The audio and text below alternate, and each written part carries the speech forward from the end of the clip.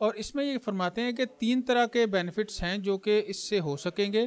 ایک براہ راست ہیں اور ایک بلا واسطہ ہیں اور ایک انڈیوسڈ ہیں. سب سے پہلے ہم براہ راست والوں کی بات کرتے ہیں. یہ وہ ہیں کہ جب ہماری انرجی سیکٹر امپروو کرے گا, بجلی کی کمی پوری ہوگی, اور جب ہمارا انفراسٹرکچر بڑھے گا, بن جائے گا, تو اس کی وجہ سے ہمارا جو پاکستان کا جی ڈی پی ہے, گروس ڈومیسٹک پروڈکٹ, جو کہ کسی بھی ملک کی ترقی یا اس کی خوشحالی کا ایک انڈیکیٹر ہے, وہ 2% اوپر جائے گا. اور یہ ایک بہت بڑی شرح ہے, کیونکہ جب اتنی بڑی ہماری آبادی ہے اور ہر کسی کا اگر ایوریج میں 2% اوپر جائے گا تو یہ بہت بڑی رقم ہوگی. یہ ہماری انرجی اور انفراسٹرکچر کے بہتر ہونے کی وجہ سے براہ راست یہ انشاءاللہ ہماری جی ڈی پی میں اضافہ ہوگا پاکستان کا. اس کے بعد انڈائریکٹ اس میں کچھ چینجز آئیں گی, جس میں کہ ملٹی پلائر ایفیکٹس ہوں گے مختلف ایکٹیویٹیز کے, یعنی کہ جو مختلف کام ہو رہے ہیں, مثال کے طور پہ جو ٹرانسپورٹیشن, جو چیزیں سامان ایک جگہ سے دوسری جگہ لے جایا جا رہا ہے, سڑکیں بنانے کے لیے, ٹرینیں بنانے کے لیے, لوگ جو یہاں پر آ رہے ہیں, چیزیں خرید رہے ہیں, کھانا کھا رہے ہیں, تمام چیزیں, ان سب کا ایک ملٹی پلائر ایفیکٹ ہوگا, جن کی وجہ سے جو گڈس اور چیزوں کی قیمتیں بیسکلی زیادہ بکیں گی چیزیں, اور اس وجہ سے بھی ایک بہتری آئے گی. اور تیسرا یہ ہے کہ سڑکیں اور الیکٹریسٹی آنے کی وجہ سے بہت سی چیزوں کی کاسٹ کم ہو جائے گی. بہت سی اکانومک ایکٹیویٹیز جو ہیں, جو کہ پہلے فیزیبل نہیں تھی, جن کو پہلے کرنا ممکن نہیں تھا, وہ اب بہتر انفراسٹرکچر کی موجودگی میں آسان ہو جائیں گی. اس کے بعد یہ کہہ رہے ہیں کہ کاسٹس اس میں ہمارے پاس 4 قسم کی ہوں گی. سب سے پہلے براہ راست کاسٹس ہوں گی, یعنی کہ جو خرچہ ہوگا الیکٹریسٹی جنریٹ کرنے میں, اس کو ٹرانسمٹ کرنے میں, بجلی بنانے اور اس کو پہنچانے میں, اور جو خرچہ ہوگا سڑکوں کو بنانے میں. اس کے علاوہ انڈائریکٹ کاسٹس ہوں گی, جو کہ ہماری لارج اسکیل کے انویسٹمنٹ پروجیکٹس جو ہیں ان کی وجہ سے, جب یعنی کہ بڑے بڑے پروجیکٹ کسی بھی ملک میں چل رہے ہوتے ہیں تو بعض چیزوں کی شارٹیج ہو جاتی ہے, بعض چیزیں دستیاب نہیں ہوتی, تو ان کی قیمت بڑھ جاتی ہے. مثال کے طور پہ اس وقت سیمنٹ انڈسٹری, پاکستان کے جو سیمنٹ کے کارخانے ہیں وہ فل زور لگا کے سیمنٹ بنا رہے ہیں, اور ان کا سیمنٹ ان سے پورا نہیں کرنے ہو رہا. سی پیک کا سیمنٹ سی پیک میں ہے, ڈیمز میں جو جتنا سیمنٹ لگ رہا ہے پاکستان میں لوکلی یوز والا. اس کے علاوہ نئی انویسٹمنٹس آ رہی ہیں, نئی فیکٹریز آلریڈی لگ رہی ہیں سیمنٹ کی. اس کی وجہ صرف یہی ہے کہ ڈیمانڈ سیمنٹ کی بڑھ گئی ہے. اب یہ ایک طرح سے کاسٹ ہے, کیونکہ مطلب باقی لوگوں کے لیے جو استعمال کر رہے تھے سیمنٹ, ان کے لیے وہ تھوڑا مہنگا ہو گیا.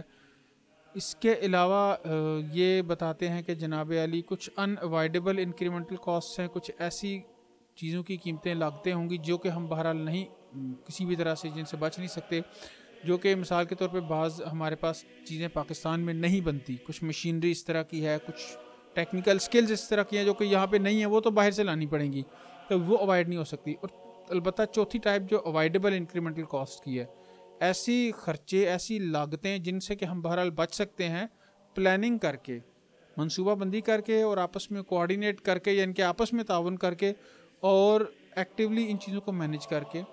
ان سے ہم جو ہے وہ باہر سے جو چیزیں ہائی کاسٹ کی منگوا رہے ہیں, مہنگی چیزیں, ان کے بجائے ان کا ملکی سستا نعم البدل تیار کیا جا سکتا ہے اور مارکیٹ میں لایا جا سکتا ہے. اس سے بھی ہماری قیمت کم ہوگی.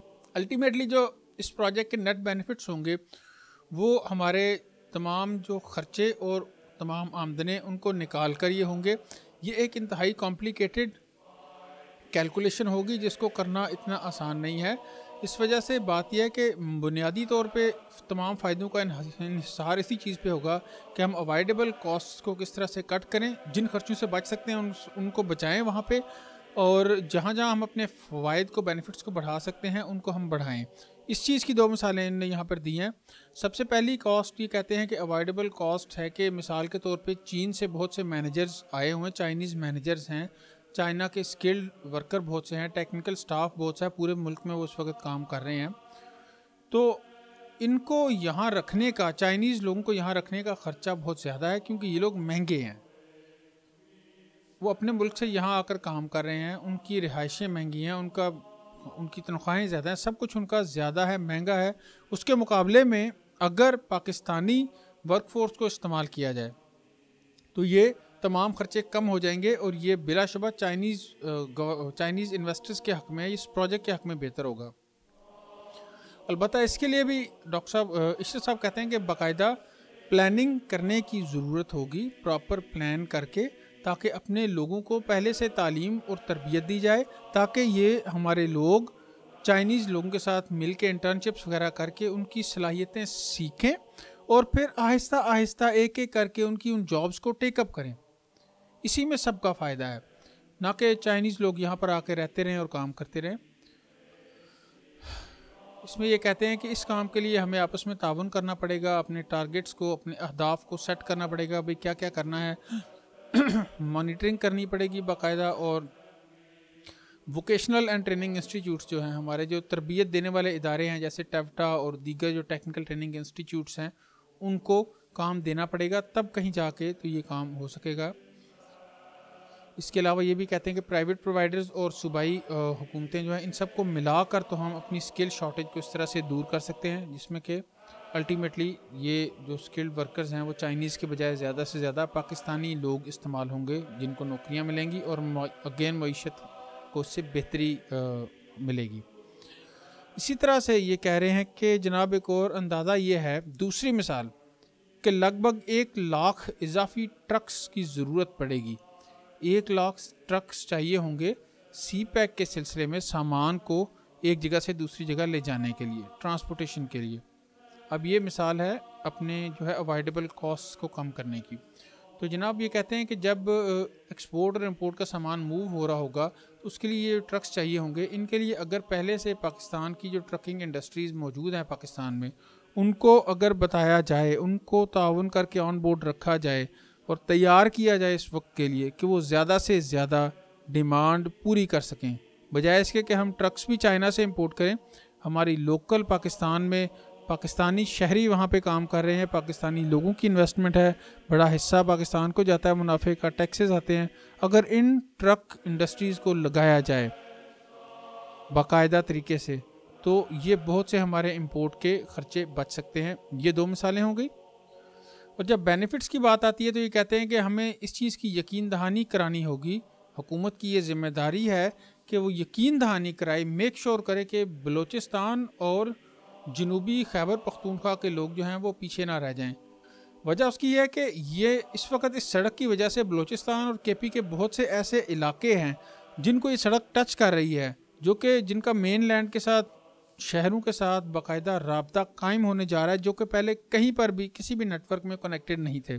تو یہ ایک بہت بڑی بات ہے اور اس کی وجہ سے فائدہ یہ ہوگا. یہ کہتے ہیں کہ جب ہم جانتے ہیں کہ سڑکیں اور الیکٹرسٹی جو ہیں وہ لازمی ہوتی ہیں کسی بھی جگہ پہ ڈیولپمنٹ اور ترقی کے لیے، تو ان کی وجہ سے یہ ہوگا کہ کے پی اور بلوچستان کے رہنے والے لوگ جو ہیں، ان کی جو پروڈکٹس ہیں، جو ان کی فصلیں ہیں، وہ تیار ہونے کے بعد یہ لوگ ان کو آسانی سے منڈیوں تک کم خرچے میں اور جلدی پہنچا سکیں گے. ان کی چیزیں خراب نہیں ہوں گی، فصل خراب نہیں ہوا کرے گی. تو یہ ایک بہت بڑا فائدہ ہوگا. اور اس کی وجہ سے جب کسان کے پاس پیسہ آئے گا، زیادہ پیسہ آئے گا، اچھی قیمتوں میں ملے گی، تو وہ بھی پھر اپنے بچوں کی تعلیم و تربیت پہ خرچ کریں گے، کھانا خریدیں گے، اپنی زراعت کے آلات خریدیں گے، کپڑے، جوتا، اپنے علاج معالجے پہ جب خرچہ کریں گے تو وہ پیسہ واپس گھوم کے ہماری اکانومی میں جائے گا اور اس سے ہمیں فائدہ ہوگا. البتہ یہ حکومت وقت کی ذمہ داری ہے کہ وہ اس چیز کو میک شور کرے کہ جو نئے لوگ ہیں بلوچستان اور کے پی کے جو محروم علاقے جو کہ اب اس سڑک سے منسلک ہوں گے، وہاں پر ترقی ہو اور وہاں پر خوشحالی کا دور دورہ ہو. تو یہ تھے جناب علی کچھ کاسٹ بینیفٹ انالیسز، کچھ باتیں، کچھ جوابات. مجھے امید ہے کہ آپ کو ملے ہوں گے عشرت حسین صاحب کے اس کالم سے. اور اپنی پسند ناپسند کا اظہار نیچے کمنٹ سیکشن میں کریں. کوئی سوال ہو تو کمنٹ سیکشن میں پوچھیں، اور کوئی آئیڈیا دینا ہو تو وہ بھی یقیناً کمنٹ سیکشن میں ہی پوچھیں کہ مجھے بتا دیں کہ میں کس چیز کے بارے میں ویڈیو بناؤں. میں انشاءاللہ پوری کوشش کروں گا ویڈیو بنانے کی. اس کے علاوہ میرا چینل ضرور سبسکرائب کریں، اور آپ کو ویڈیو اچھی لگی تو اپنے سوشل میڈیا پہ شیئر کریں. انشاءاللہ پھر ملاقات ہوگی. پاکستان زندہ باد. اللہ حافظ.